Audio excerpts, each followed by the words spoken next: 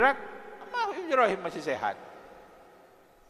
Nah, diuji lagi Nabiullah Ibrahim alaihissalam dengan keluarga yang beriman berdakwah di Irak itu, di Babilonia itu, yang beriman kepada Nabi Ibrahim hanya 2 orang saja. Coba Pak, kalau Nabi Nuh masih 80 orang, Nabi Ibrahim berdakwah kurang apa sabarnya? Yang beriman cuma 2 orang, laki dan perempuan. Yang perempuan istrinya sendiri, Sarah. Yang kedua sepupunya nama Lut, itu beriman kepada Nabi Ibrahim. Akhirnya Sarah ini dinikah oleh Nabi Ibrahim. Ketika dinikah ternyata ujian lagi, sampai Sarah ini umurnya 85 tahun belum punya anak, namanya mandul, gak punya anak. Apakah Nabi Ibrahim setelah gak punya anak langsung nikah lagi? Enggak. Setia Nabiullah Ibrahim alaihissalam, setia kepada istrinya. Baru setelah umur 85 tahun, Ibu Sarah, Nabi Ibrahim karena kondisi dakwah sudah tidak kondusif di Irak, maka pindah ke Palestina. Pindah ke Palestina, ada seorang raja yang zalim. Itu namanya Amru bin Amru. Raja ini setiap orang punya istri cantik pasti dirampas. Iya, zalim. Kedengaran bahwa Nabi Ibrahim ini punya istri tercantik adalah Sarah. Cantiknya Sarah ini mukjizat. Sampai diumpamakan 1/3 cantiknya wanita sedunia ini diberikan oleh Allah kepada Sarah. Kayak apa cantiknya ya? Bukan cantik, cuantik kata orang Jawa Timur. Cantik, tapi mandul. Akhirnya Nabi Ibrahim ditangkap sama raja ini. Ditanya, ini siapa? Ukhti kata Nabi Ibrahim. Tapi kalau dia aku adiknya enggak dirampas. Ukhti, oh dilepas. Akhirnya Nabi Ibrahim dikasih hadiah seorang putri raja yang ditangkap, yang dikuasai, yang ditaklukkan oleh Raja Amr bin Amr ini menjadi tawanan, yang bernama Ibu Hajar, putri cantik. Kalau ada sejarah mengatakan bahwa Ibu Hajar itu seorang budak di Gro Hitam, itu sejarah versi Yahudi. Agar dia mengatakan kalau turunan Bani Israel itu dari Ishak. Ishak itu beribu Sarah. Sarah itu cantik luar biasa.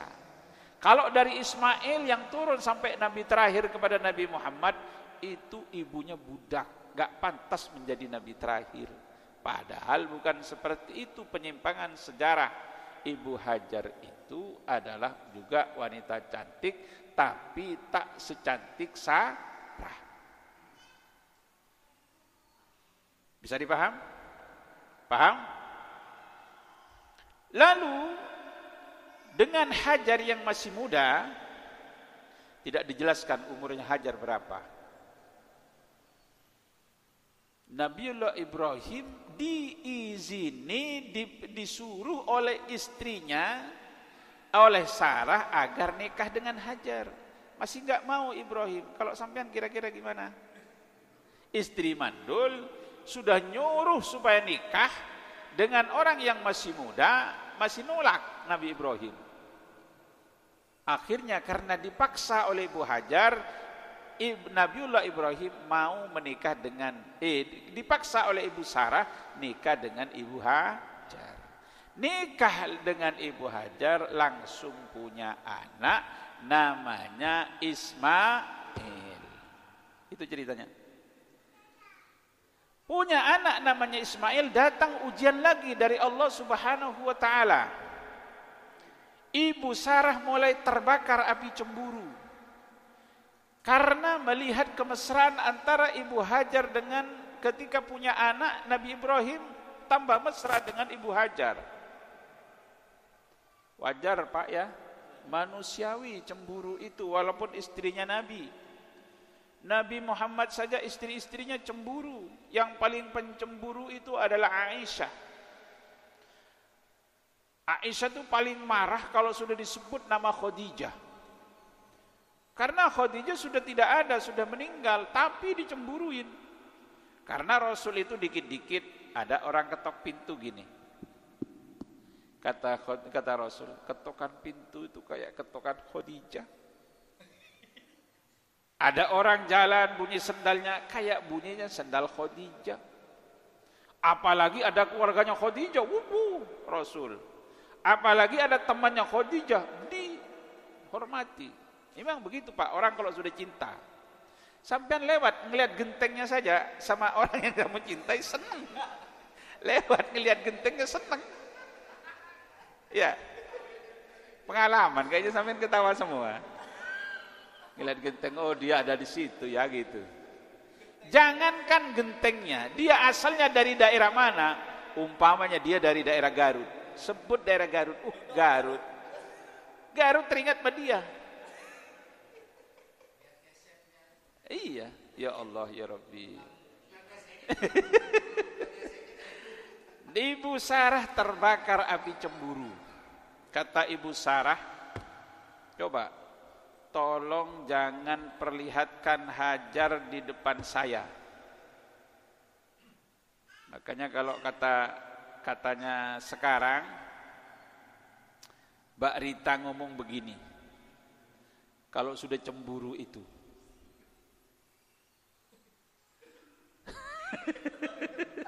kau udah ketawa dulu.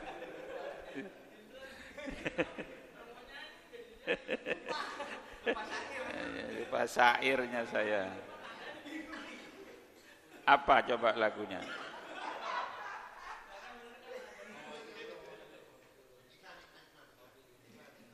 Ngopi dulu.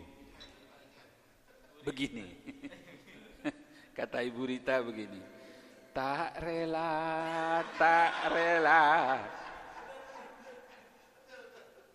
kau membagi cinta karena diriku untukmu seorang, katanya Ibu Sarah.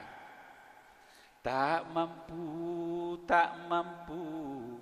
aku menerima kalau kau ada cinta yang lain.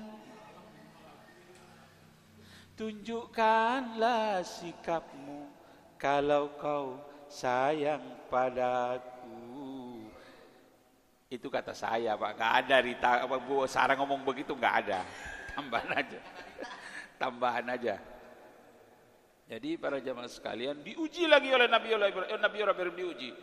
Agar Ismail yang masih merah dengan Ibu Hajar diungsikan. Maka diungsikanlah oleh Nabiullah Ibrahim ke Mekah. Dari Palestina berangkat ke Mekah. Palestina Mekah itu ada sini Surabaya Pak Haji ya. Kira-kira sini Surabaya, diungsikan ke sana. Sesampainya di Mekah jangan bayangkan seperti hari ini. Mekah saat itu tidak ada kehidupan, tidak ada tumbuh-tumbuhan tumbuh, tidak ada manusia, nggak ada penduduk, kering kerontang. Dibawa oleh Nabi Ibrahim, diletakkan Hajar dan Ismail. Setelah itu ditinggalkan, nggak menoleh.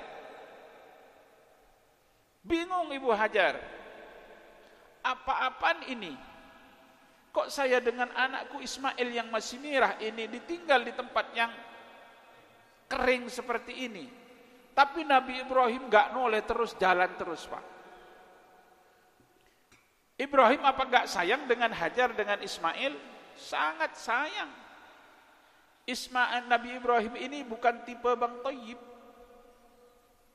Coba kalau Bang Thayyib 3 kali puasa, 3 kali lebaran, abang tak pulang-pulang, sepucuk surat tak datang. Itu Bang Thayyib. Nabi Ibrahim bukan tipe ini. Sayang. Akan tetapi kalau itu ujian diperintah oleh Allah Subhanahu wa taala, ditinggalkan. Gak noleh. Dikejar oleh Ibu Hajar. Dikejar terus sampai ditarik bajunya. Ditarik bajunya, Ibu Hajar bertanya kepada kepada Nabiullah Ibrahim, "Ya Ibrahim, Allahu amaraka bihada?" Wahai Nabi Ibrahim, engkau meninggalkan aku dengan Ismail di tempat yang kering ini, tidak ada kehidupan ini, perintah Allah atau kehendakmu? Tegas Nabiullah Ibrahim menjawab, Allah. Ini perintah Allah. Lihat Bu, seorang wanita yang tegar, seorang wanita yang dididik oleh suami yang tauhidnya mantap kepada Allah, yang hidup di Baitun Nubuwah. Apa jawabnya Hajar? Kalau bahasa sekarang, berangkatlah bang kalau itu perintah Allah. Idzan Allahu la yudayyi'una. Saya yakin kalau itu engkau diperintah Allah, Allah tidak akan menyia-nyiakan saya di sini. Pasti aku dijamin oleh Allah. Hebat gak? Bukan cuma gak dikasih belanja, di tempat gak ada manusia. Setelah jauh boleh berbalik Nabiullah Ibrahim. Berbalik dari kejauhan, mengangkat tangan berdoa, Rabbana inni askantu min dzurriyyati biwadin ghairi dzi zar'in inda baitikal muharram. Ya Tuhan kami, aku tinggalkan anakku, keluargaku, Hajar dan Ismail di lembah yang tidak ada tumbuh tanam-tanaman. Biwadin ghairi zar'in inda baitikal muharram, di sisi rumahmu yang mulia, yaitu Mekah. Rabbana liyuqimus shalah, mudah-mudahan orang akan mendirikan salat di Mekah. Waj'al af'idatan minan nas tahwi ilaihim, dan jadikan tempat ini semua orang ingin datang ke Mekah. Coba Pak, lihat doanya seorang soleh, doanya Nabiullah Ibrahim alaihi salam sekian ribu tahun yang lalu, sekarang menjadi bukti keberkahan doa itu. Semua manusia di muslim seluruh dunia ini ingin datang ke Mekah, ingin sholat di Mekah, ingin tawaf di Ka'bah, melaksanakan ibadah haji. Haji itu kemana Pak? Mekah. Haji itu bukan ke Indramayu.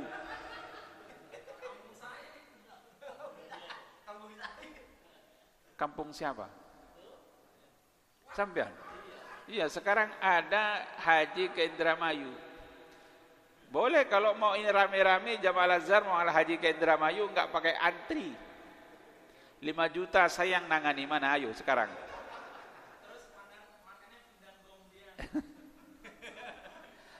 Ada-ada aja sekarang nih, heran Pak. Begitu tuh ada pengikutnya. Yang saya heran. Haji ke Indramayu, tawafnya nggak usah pakai ihram, nggak usah pakai keliling lari-lari jalan, nggak usah pakai mobil. Keliling Az-Zaitun 1.200 hektar 7 kali. Enak kan Pak ya? Lempar jumrohnya nggak usah pakai batu, pakai semen. Semen 7 sak. Dikirim ke situ, itu lempar jumrohnya. Jadi yang namanya haji itu ke Mekah itu doanya Nabiullah Ibrahim alaihis salam. Lalu berdoa lagi, warzuq ahlahum minats tsamarat la'allahum yashkurun. Ya Allah, kata Nabi Ibrahim, berikan rizki penduduk Mekah itu dari bermacam-macam buah-buahan. Mudah-mudahan mereka bersyukur. Coba Pak, keberkahan doa yang dipanjatkan oleh Nabiullah Ibrahim alaihissalam sekian ribu tahun yang lalu sekarang menjadi kenyataan. Di Mekah tidak tumbuh jengkol, tapi jengkol ada. Di Mekah enggak ada pohon peti, tapi peti ada. Di Mekah enggak ada pohon pisang, tapi pisang seluruh terbaik seluruh dunia ada. Di Mekah enggak ada anggur. Anggur di sana lebih bagus, lebih murah dari Indonesia. Itu berkat doanya Nabiullah Ibrahim. Pokoknya apa yang didoakan oleh Nabiullah Ibrahim berkah. Coba Pak, pernah Nabiullah Ibrahim ini berkunjung ke Mekah setelah Ibu Hajar meninggal. Nabi Ismail sudah nikah. Kunjung ke sana, istri Nabi Ismail yang pertama ini, Nabi Ibrahim datang, Ismail lagi gak ada, lagi cari nafkah. Ditanya sama Nabi Ibrahim, kemana Ismail? Gak ngaku kalau ayahnya, istrinya gak tahu kalau itu mertuanya. Mana Ismail? Oh, Ismail sedang sekarang kerja mencari nafkah. Ditanya oleh Nabi Ibrahim, bagaimana engkau hidup dengan Ismail? Apakah ekonominya kamu bagaimana? Makan kamu bagaimana? Istri yang pertama ini jawab, aduh, ruwet hidup dengan Ismail. Makan sehari-hari susah. Kadang-kadang makan, kadang-kadang enggak makan. Lalu jawabnya Nabi Ibrahim, ya, sampaikan salam saya kepada Ismail. Dan aku pesan, badil atabata babik, ganti palang pintumu itu. Kalau sekarang kunci pintumu itu ganti. Bilang begitu sama Ismail ya. Singkat cerita, Ismail datang, Nabi Ibrahim sudah pulang. Tadi ada tamu, kata istrinya. Tua, orangnya wajahnya masih bersih, ganteng. Ya, itu ayah saya, mertuamu. Pesen apa dia? Pesen sama saya, menyampaikan salam untuk engkau, dan pesan agar palang pintu itu diganti. Kata Nabi Ibrahim, hari ini aku ceraikan kamu dan aku antarkan kepada orang tuamu. Itu isyarat bahwa ganti itu suruh kembalikan ke orang tuanya. Tapi istri yang menikah lagi, dan Nabi Ibrahim berkunjung lagi, ketemu sama istri yang kedua ini. Pas kunjung, Nabi Ibrahim nanya, mana suamimu Ismail? Ismail sedang cari nafkah. Ya sudah, sampaikan saja sama nanya, bagaimana kehidupanmu dengan Ismail? Bagaimana makanmu? Oh, istri yang kedua ini beda. Alhamdulillah, saya bahagia, serba kecukupan dengan Ismail. Padahal enggak. Padahal susah seperti yang pertama. Makannya apa? Makannya daging wal ma', air. Doa Nabiullah Ibrahim alaihi salam pada saat itu langsung berdoa, Allahumma barik fil lahm wal ma'. Ada yang mengatakan susu. Apa makananmu? Daging dan susu. Allahumma barik fil lahm wal ma'. Coba Pak lihat, ini doanya seorang nabi yang barokah, doa sekian ribu tahun yang lalu. Bagaimana sekarang sapi, berkah daging sapi itu. Padahal setiap hari sapi itu dipotong di Jakarta itu memerlukan ratusan sapi, bahkan ribuan sapi setiap hari dipotong, tapi sapi gak habis-habis. Ya, apalagi Idul Adha ini dipotong sekian ribu sapi, sekian juta sapi dipotong, tapi sapi gak punah-punah. Ini doanya Nabi Ibrahim.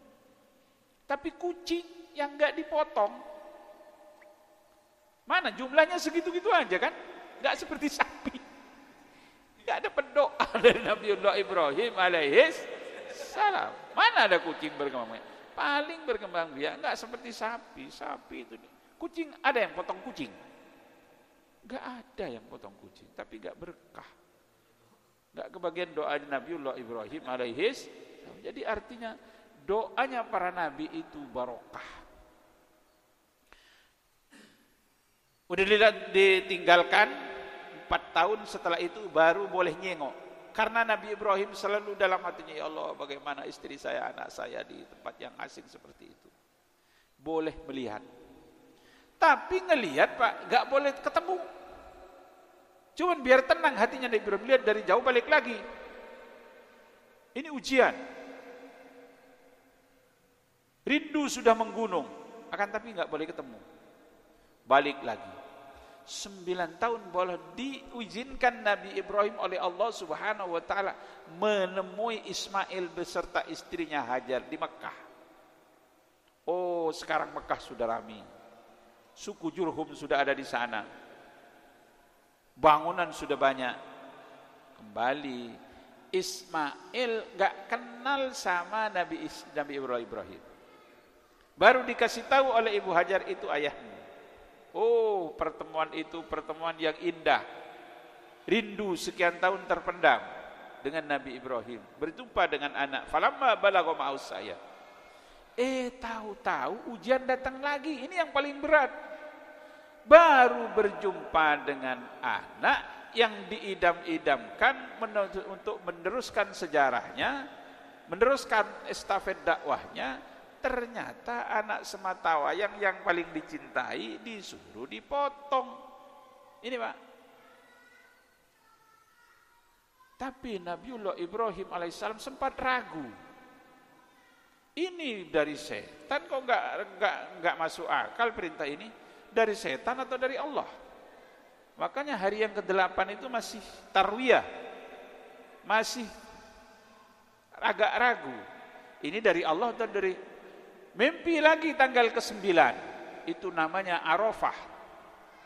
Arafah itu sudah yakin, tahu kalau ini benar-benar dari Allah.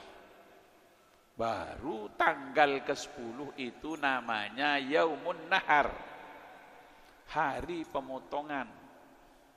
Falamma balaghahu ma'ahu sa'ya qala ya bunayya inni ara fil manami anni adbahuka fandur madza tara. Ketika Nabiullah Ismail sudah mulai besar, sudah mulai umur sekitar 10 tahun, anak yang dipandang lagi indah-indahnya, tumpuan tambatan hati sudah diberikan kepada Ismail. Mimpi suruh dipotong. Akan Nabi Ibrahim panggil anaknya, walaupun itu perintah dari Allah, enggak langsung manggil golok, Ismail dipegang langsung digorok, enggak. Tapi seorang nabi, seorang ayah, walaupun itu perintah dari Allah, enggak mentang-mentang Pak. Inni ara fil manami anni adbahuka fandur madza tara. Bagaimana pendapatmu nak? Saya diperintah oleh Allah suruh menyemotong engkau. Coba apa? Mengejutkan jawaban anak yang sudah dididik oleh ibunya Hajar dengan tauhid yang mantap. Qala ya abati fa'al ma tu'mar satajiduni insyaallah minas sabirin. Lakukan ayah apa yang diperintah oleh Allah, pasti akan kau mendapatkan aku anakmu Ismail termasuk orang-orang yang sabar menghadapi ujian ini. Pak, jawaban ini tidak akan keluar dari orang yang tidak mantap tauhidnya. Ya kan? Coba hebat ini keluarga. Digoda oleh setan. Setan itu datang kepada Ibrahim. Iblis, Ibrahim, itu anakmu, kamu doa sekian tahun, Rabbi habli minas sholihin, giliran dikasih anak kamu mau potong, gila kamu. Dilempar sama batu. Makanya dari ritual jumrah itu dari Nabi Ibrahim. Dilempar setan itu. Datang ke Ibu Hajar. Loh, kamu kok enak saja duduk di sini, di rumahnya begini. Itu Ibrahim sudah bawa ikat tali dengan pisau, mau dihujamkan, mau dipotong anakmu. Kamu diam aja. Dilempar oleh Ibu Hajar. Ibu Hajar gak mempan, ayahnya gak mempan, datang kepada Ismail, anaknya. Loh, kamu kok mau? Mau dipotong kamu? Dilempar lagi sama Ismail. Coba Pak, ini keluarga. Ketaatan kepada Allah Subhanahu wa taala bisa seperti ini, tidak akan tercapai seperti ini kecuali dididik dengan tauhid yang mantap kepada Allah Subhanahu wa taala. Jadi inilah kisah kurban. Apa yang dapat kita petik? Masih ada waktunya enggak? Apa yang dapat kita petik, Pak? Hikmah daripada ajaran kurban ini yang terus diulang setiap tahun, kisah ini, cerita ini dijadikan Id itu kembali berulang-ulang, dijadikan hari raya karena pentingnya. Sampai ada 2 hari raya, ada hari raya kecil, ada hari raya besar. Mana yang besar, mana yang kecil? 2 hari raya yang kecil mana, yang besar yang mana? Idul Fitri atau Idul Adha yang besar? Hah? Idul Fitri. Yang besar Idul Fitri atau Idul Adha? Bu. Yang besar Idul Adha atau Idul Fitri? Idul Adha sana, sampean Fitri. Coba perhatikan. Ada besar, ada hari raya besar, ada hari raya kecil. Perhatikan, kalau Idul Fitri takbirnya saja dari terbenamnya matahari setelah maghrib malam tanggal 1 Syawal sampai khotib turun mimbar selesai takbir itu. Ini kadang-kadang orang Idul Fitri maghrib hari raya masih takbir, nggak ngerti dia. Kalau Idul Adha dari tanggal malam 10 Dzulhijjah, tanggal 11 Dzulhijjah, tanggal 12 Dzulhijjah, tanggal 13 Dzulhijjah yang dinamakan Ayyamut Tasyrik, itu disunnahkan takbir. Takbirnya lebih banyak. Biaya lebih besar mana Idul Fitri dengan Idul Adha? Besaran mana? Kalau sampean pasti lebih besar Idul Fitri, Pak Ustaz. Kalau Idul Fitri masih mau beli baju, mau beli suguhan, beli makanan, semua anak-anak mau beli baju, ini mau pulang kampung, besar biayanya Pak Ustaz. Gede kan? Tapi lihat, Idul Adha ini bagi orang yang mampu istitoah, dia harus melaksanakan ibadah haji. Ibadah haji sekarang berapa? Yang tadinya 36 menjadi 59. Gak ngerti kok jadi begitu. Itu biayanya.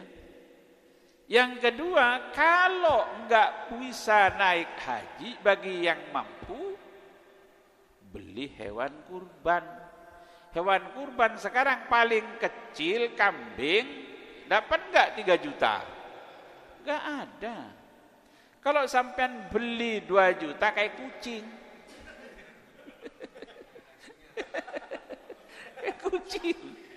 Kayak kucing, gedean dari kucing dikit.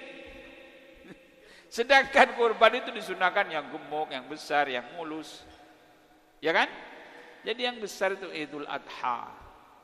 Nah, di Idul Adha ini ada banyak pelajaran. Saya mau sampaikan 3 saja. Yang pertama adalah Allah Subhanahu wa ta'ala meminta apa yang paling kita cintai.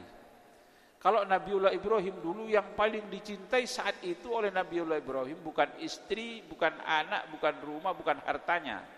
Akan tetapi Ismail yang paling dicintai.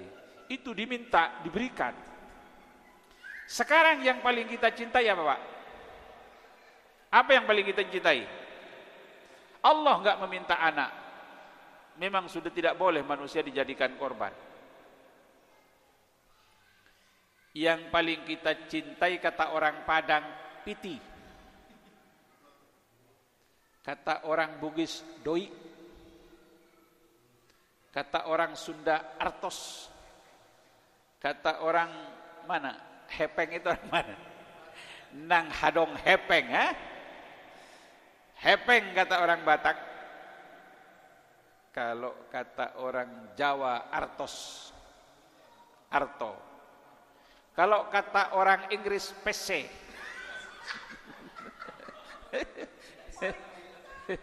PC.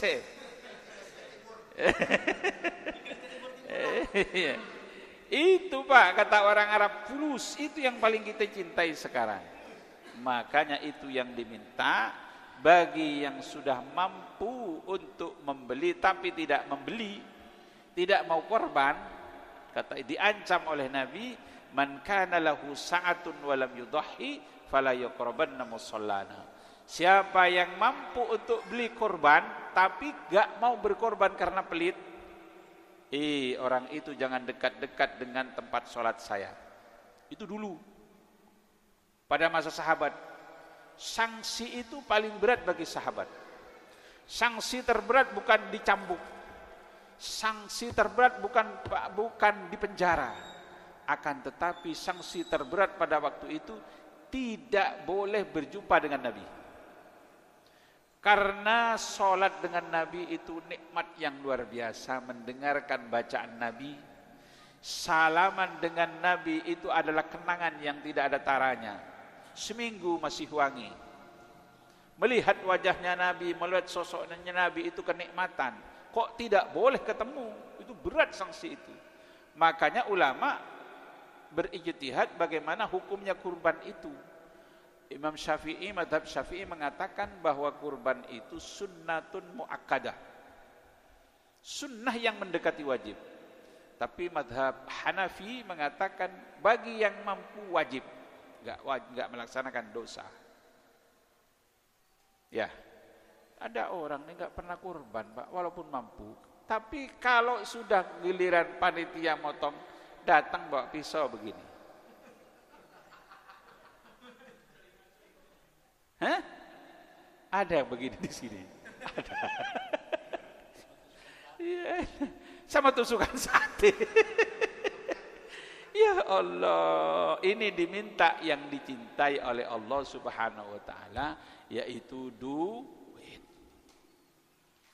Tanggal 10 ini ibadah yang paling dicintai oleh Allah bukan sholat.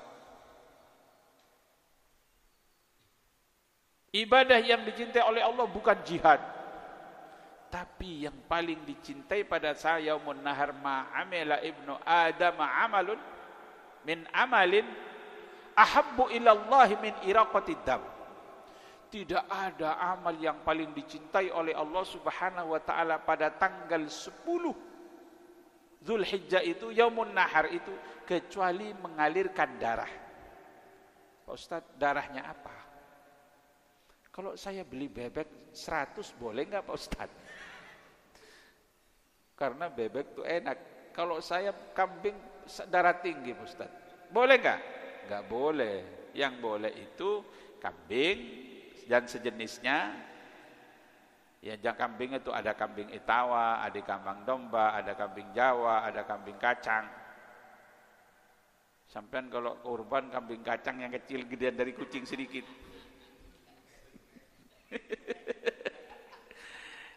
Onta dan sejenisnya, sapi dan sejenisnya. Sapi itu bisa bison, bisa sapi, banteng. Tapi kalau banteng jangan Pak, nggak ada yang mau ngerobohin nanti.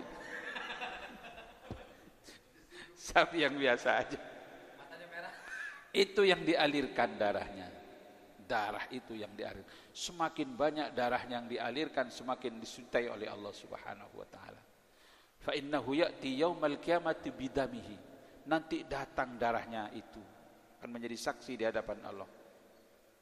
Wa biqarnihi, dengan tanduknya sapi itu. Wa asy'arihi, dan bulu-bulunya, rambutnya nanti akan menjadi saksi. Semakin banyak saksinya, semakin enak sampean. Pak, bulunya kambing itu berapa? Sampean hitung, fi kulli sya'ratin hasanah. Setiap bulu itu adalah merupakan pahala dari Allah Subhanahu wa taala. Hitung sendiri sampean kayak apa nanti. Dan itu nanti yang akan menjadi kendaraan kita di sirat. Makanya dalam ibadah kurban itu harus yang paling sehat, yang paling gemuk, yang paling enggak ada cacatnya. Yang picak enggak boleh, yang pincang enggak boleh, yang kudisan, buduk enggak boleh, kurus enggak boleh. Masa sampai nasi mau ngendarain di sirat pincang anunya, pincang kalau bisa jatuh. Makanya yang seger yang boleh dikorbankan itu ibadah yang paling utama, dia nahar. Nah, makanya mudah-mudahan oleh Allah Subhanahu wa taala dikasih kesempatan, dikasih rezeki kita, sehingga pada yaumun nahar ini bisa melaksanakan ibadah kurban. Bu, Pak, ibadah kurban ini sunnah atau sunnah kifai. Bagaimana sunnah kifai? Kalau di rumahnya Pak Kiai dengan Ibu Haji, anak-anaknya enggak ada di sini, itu cukup Pak Haji saja sudah mewakili keluarga. Sudah, artinya kesunahan itu sudah gugur bagi anak-anaknya yang bagi keluarga yang ada di rumah. Kalau anaknya sudah misah, dia sudah punya kesunahan sendiri. Paham ya? Dari keluarga itu satu yang mewakili cukup. Umpamanya satu setiap orang, ya boleh, enggak dilarang karena kau punya. Kalau kambing untuk satu orang, jangan sampai kambing patungan 5 orang. Udah tahu kambing kacang lagi, patungan 5 orang, terlalu sampean. Nah, kalau unta, sapi itu boleh patungan maksimal 7 orang. Bagaimana Pak Ustadz kalau patungan 3 orang? Boleh enggak? Boleh enggak? Boleh enggak? Boleh. Ini kadang-kadang ada sudah 6 orang, 1 kurang, enggak ada yang mau mau nambah, gagal, terlalu. ada kurang 1. Jadi yang boleh patungan sampai 7 itu sapi dan onta, kerbau boleh. Ada ini kisah nyata, ada orang di Jawa itu piara sapi besar, keluarganya 8. Nanya sama Kiai, ini sapi saya buat kurban besar Kiai, saya mau buat kurban tapi keluarga saya 8, boleh enggak ini untuk 8 orang? Ya enggak boleh kata Kiai ini. Yang walaupun besar sapi, karena yang namanya sapi itu batasnya 7, enggak boleh, harus 7 orang. Bingung ini. Akhirnya cari-cari Kiai, nanya kepada Kiai Wahab Hasbullah. Beda jawabnya Kiai Wahab Hasbullah. Kiai katanya nanya kepada Kiai Wahab Hasbullah, bagaimana hukumnya? Saya punya sapi besar, ukuran kayak kalau sekarang limusin besar. Boleh enggak untuk 8 orang? Boleh kata siapa? Enggak boleh kata Kiai Wahab. Boleh. Oh gitu Kiai? Iya. Tapi gini, nanti itu akan menjadi kendaraan kamu di sirat yang akan menuntun kamu. Sapi kamu kan besar, kamu kalau naik susah nanti. Kamu cariin kambing 1, Tambahin kambing satu buat undaan, buat apa namanya? Biar kamu naik kambing, langsung naik. Oh gitu, kayak ya udah, saya beli kambing satu. Itu kayak yang cerdas jawabnya, ya kan? Cerdas ini, Kewah Basbulo itu cerdas. Jadi orang nggak kecewa, hukum tetap sah. Kalau kayak yang saklek itu, oh nggak boleh. Itu tetap 7 orang nggak boleh. Ini kadang-kadang kiai nggak berfatwanya, nggak ngerti kondisi dan situasi. Kalau Kewah Basbulo enggak apa-apa. Tapi sapi kamu tuh besar, tinggi. Nanti kamu susah naiknya. Makanya tambah kambing satu buat undaan sana. Bener nggak? Ya kambing sapi 7 ditambah kambing satu untuk 8 kan? Bener. Jadi para jamaah sekalian, itulah ibadah kurban. Saya kira cukup ya. Pokoknya kurban. Ya, silakan kalau ada ditanya berkaitan dengan kurban atau kepanitiaan, ya.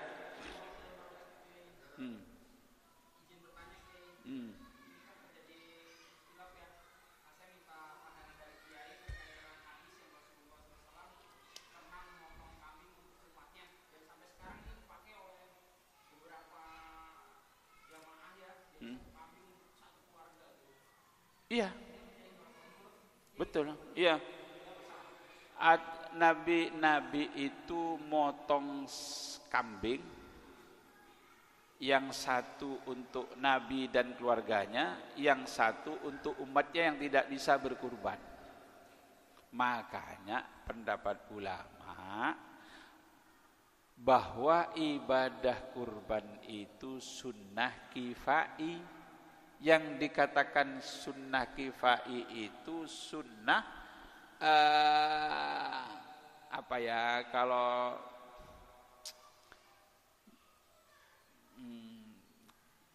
sebaliknya aini itu kifai. Jadi saya katakan tadi, satu keluarga mewakili itu sudah cukup, menggugurkan kesunahan yang lain. Nih sampean punya istri, punya anak, punya orang tua, ya, punya anak, punya siapa pembantu di rumah.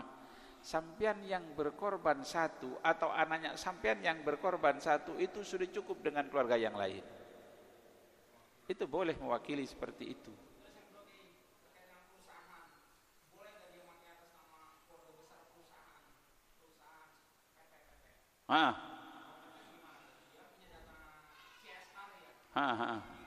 Ya. Ya disebutkan yang ada di perusahaan itu. Iya, siapa direkturnya, sebutkan 7 orang. Iya. Ya kalau sapi 7. Boleh. Enggak masalah. Enggak masalah.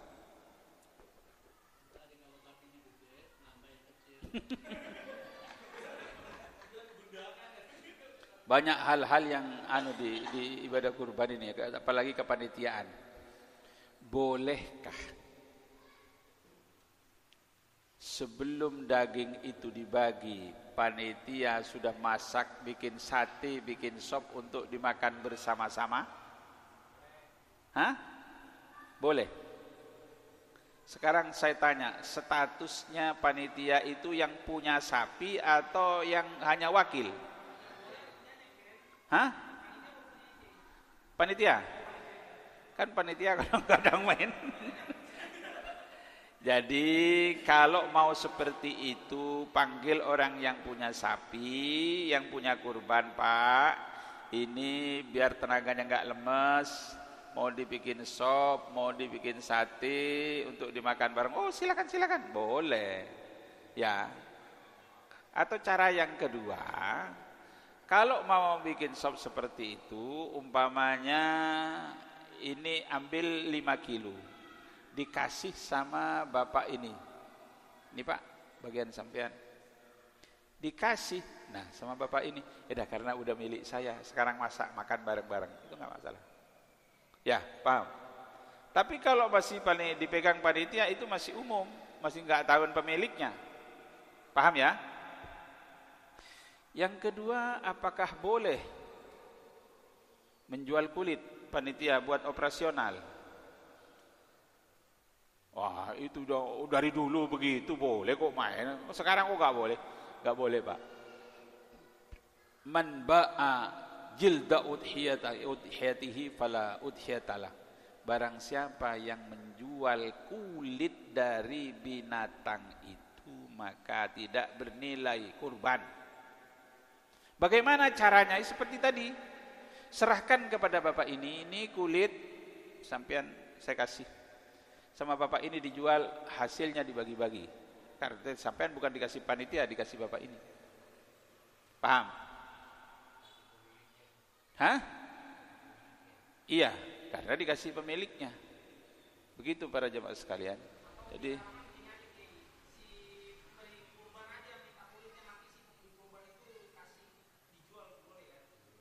maksudnya?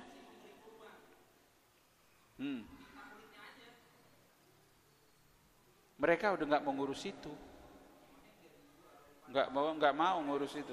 Iya, nggak mereka itu sudah jelaskan nggak mau ngurusin itu. Dan tidak boleh ditransaksikan, Pak. Umpamanya tukang potongnya dikasih hadiah, diongkosin kepala, boleh nggak? Boleh nggak? Nggak boleh. Jangan ditransaksikan, itu berarti buat ongkos transaksi. Karena kalau dibikin kepala dibikin ongkos, bahaya. Nanti tukang potong nggak potong di sini, Pak, potong di sininya. Paham kan ya? Potong di dadanya. Ini satu lebih daripada besar daripada kambing itu. Kalau saya yang motong, saya dikasih ongkos, saya potong sininya. Ya cukup ya. Itulah berkaitan dengan korban. Mudah-mudahan kita ini diberikan keluasan rezeki oleh Allah sehingga kita bisa melaksanakan ibadah kurban. Ya.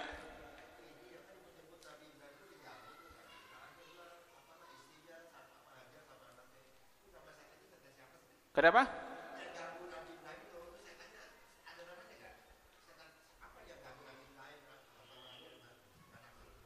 Nama setannya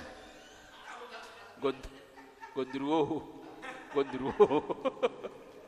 Nggak dikisahkan, nggak ada sebut namanya siapa.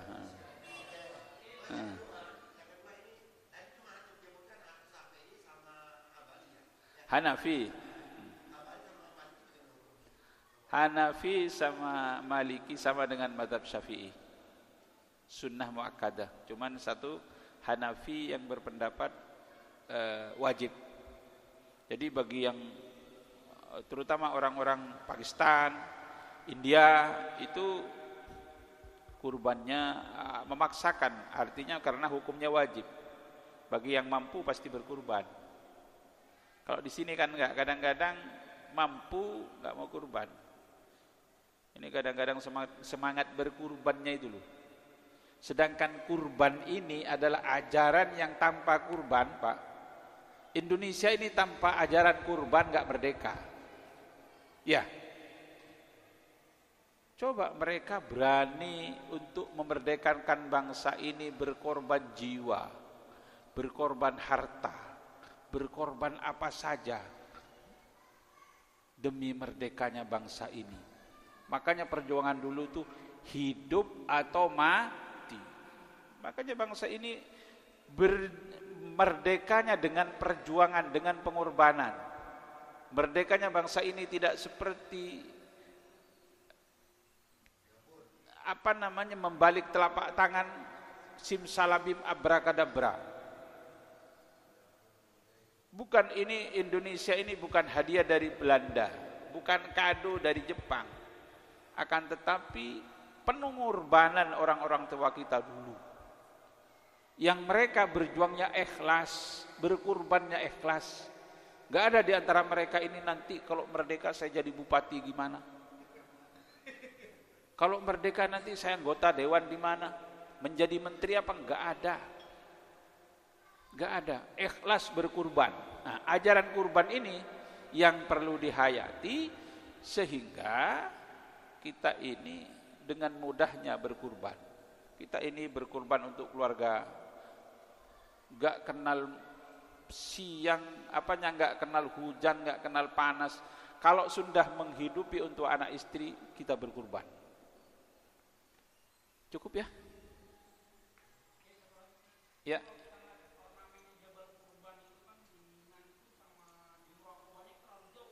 Hah.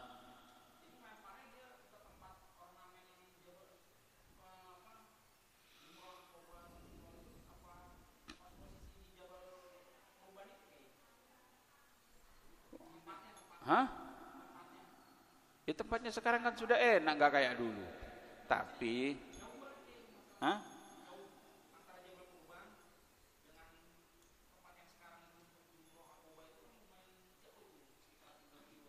Maksudnya kenapa?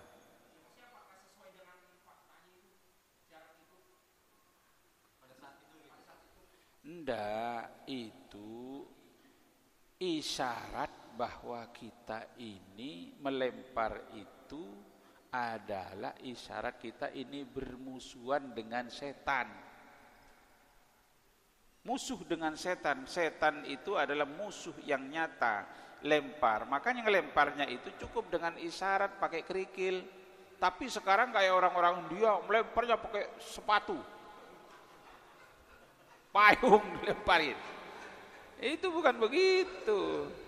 Yuk.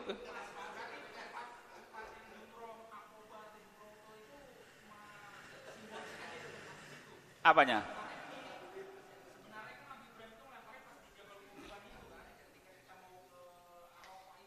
Iya, Nabi Ismail dengan Jabal dengan anu kan di situ.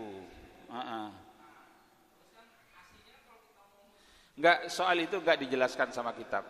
Nabi Ismail lempar di mana, ibu Hajar lemparnya di mana, itu tidak dijelaskan Nabi Ibrahim melemparnya. Akan tetapi itu adalah isyarat pelajaran bagi kita. Ngelempar itu maknanya apa namanya, pesan moralnya adalah agar kita ini bermusuhan dengan setan. Enggak, titiknya.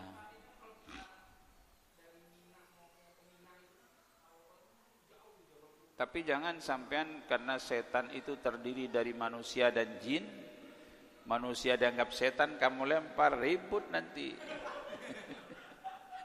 Ya sudah cukup malam ya. Cukup pelajaran malam hari ini, terpanjang banget. Bu ya, cukup Bu ya. Mari kita berdoa kepada Allah Subhanahu wa taala ala hadini wa ala kulli niyatin salihah wa ila hadratin nabiyil mustafa Rasulillah sallallahu alaihi wasallam. Al-Fatihah. A'udzu billahi minasyaitonir rajim. Bismillahirrahmanirrahim. Alhamdulillahirabbil alamin arrahmanir rahim maliki yaumiddin. Iyyaka na'budu wa iyyaka nasta'in ihdinas siratal mustaqim siratal ladzina an'amta 'alaihim ghairil maghdubi 'alaihim waladdallin. Allahumma shalli ala sayidina Muhammad wa ala ali sayidina Muhammad.